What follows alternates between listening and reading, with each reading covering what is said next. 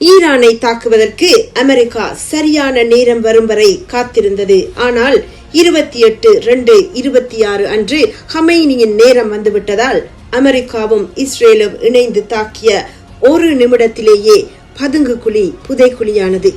இதை பற்றிய செய்திகள் வெளிவந்து பலரை திகைக்க வைத்துள்ளது. ஆனால் இப்படிப்பட்ட தாக்குதல் இந்த நாளில் நடத்தப்பட்டதில் மிகப்பெரிய ரகசியம் இருக்கிறது.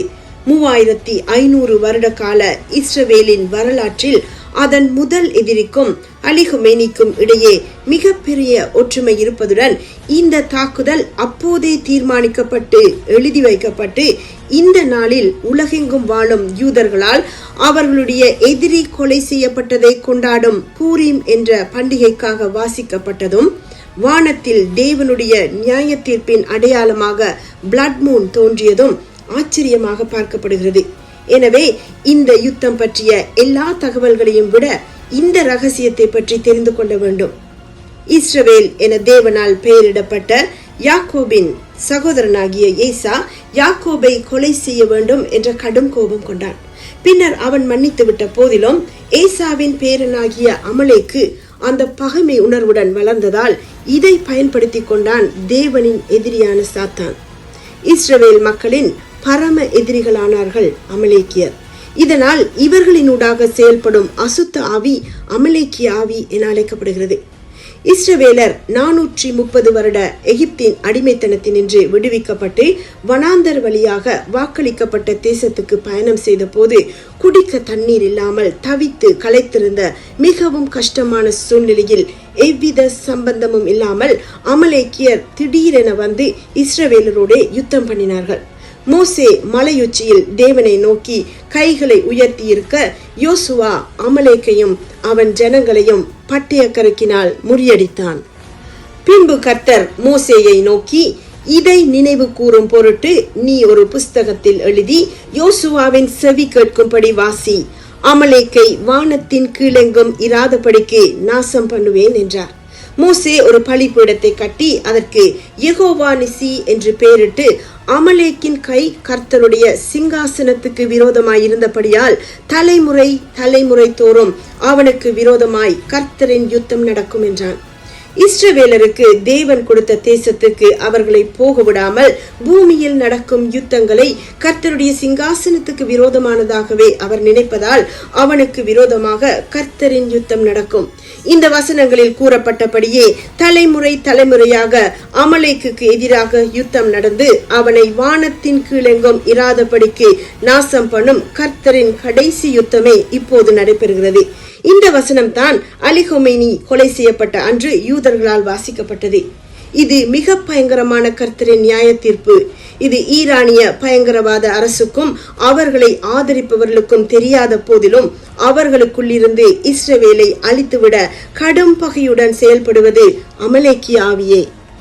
அமலேக்கியர் இஸ்ரவேலருக்கு எதிராக யுத்தம் பண்ணினதை இஸ்ரவேலர் மறந்திருந்தாலும் கர்த்தர் அதை மனதில் வைத்து ஏறத்தாழ 500 வருடங்களின் பின் பெஞ்சமின் கோத்திரத்தை சேர்ந்த சவுல் மன்னனிடம் அமலேக்கியர் மீது இரக்கம் வையாமல் அவர்களை முற்றாக அழித்து விடும்படி கூறினார்.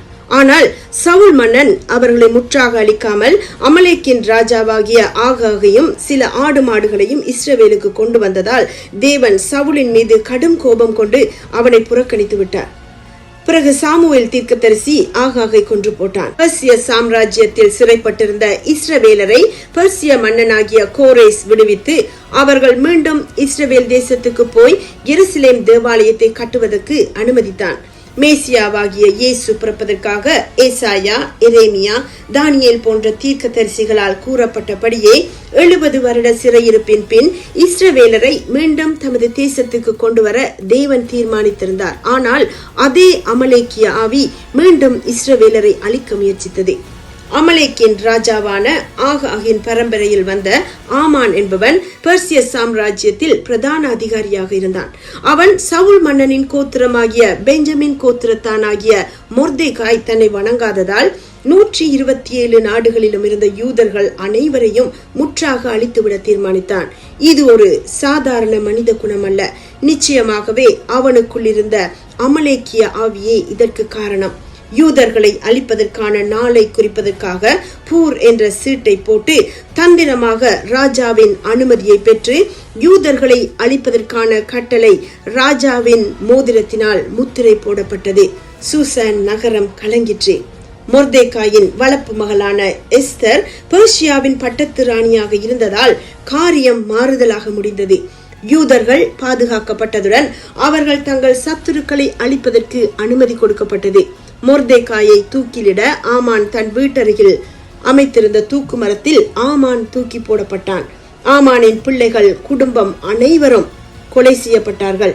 இதுவே பூரீம் என்ற பண்டிகையாக கொண்டாடப்படுகிறது. இயேசுவின் 2ஆம் வருகைக்காக 1948 ஆண்டில் 2000 வருடங்கள் உலகில் இல்லாதிருந்த இஸ்ரவேல் தேசம் மீண்டும் உருவாக்கப்பட்ட போது ஒரு மத தலைவராக இருந்த அயத்துல்லா கமேனி இஸ்ரவேல் தேசத்தை கடுமையாக பகைத்தான். பெர்சியா என்ற ஈரானில் இஸ்லாமிய மறுமலர்ச்சியை ஏற்படுத்தி உலகெங்கும் வாழும் இஸ்லாமியர்கள் இஸ்ரேலை கடுமையாக எதிர்ப்பதற்கு தூண்டிவிட்டான். அதே பெர்சிய மண்ணிலிருந்த அவனுடைய மகனாகிய அலி கமேனி மிக பழைய அமலேக்கிய ஆவியுடையவனாக இருந்து இஸ்ரவேல் தேசத்தை உலக வரைபடத்திலே இல்லாதவாறு அழித்துவிட பயங்கரவாத குழுக்களையும் அணு ஆயுதங்களையும் உருவாக்கி இஸ்ரவேல் தேசத்துக்கு பெரும் அழிவுகளை ஏற்படுத்தி வந்தான். எனவே இஸ்ரவேலின் பரம எதிரியான ஆமான் என்ற பெயரை தன் பெயரில் கொண்ட ஹமேனியை பெஞ்சமின் என்ற பெயருடைய இஸ்ரவேலின் பிரதமர் ஆமானின் அழிவை கொண்டாடும் பூரீம் என்ற அதே பண்டிகையில் இரக்கமில்லாமல் அழித்தொழித்தது எவ்வளவு ஆச்சரியமானது. அதுவும் இஸ்ரவேலை அழிப்பதற்காக அவன் உருவாக்கிய அணு ஆயுதங்களுக்காகவே அவன் குடும்பத்துடன் அழிக்கப்பட்டான்.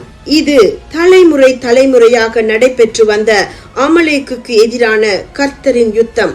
இஸ்ரவேலர் முதல் தடவையாக கானானுக்குள் போகையில் அவர்களுக்காக உருவின பட்டயத்தோடு கர்த்தருடைய சேனையின் அதிபதியாக வந்த யெகோவா நிஷி இந்த கடைசி யுத்தத்திலும் அமலேக்கை வானத்தின் கீழெங்கும் இராதபடிக்கு அழிப்பதற்கு இஸ்ரவேலருக்காக யுத்தம் பண்ணுகிறார்.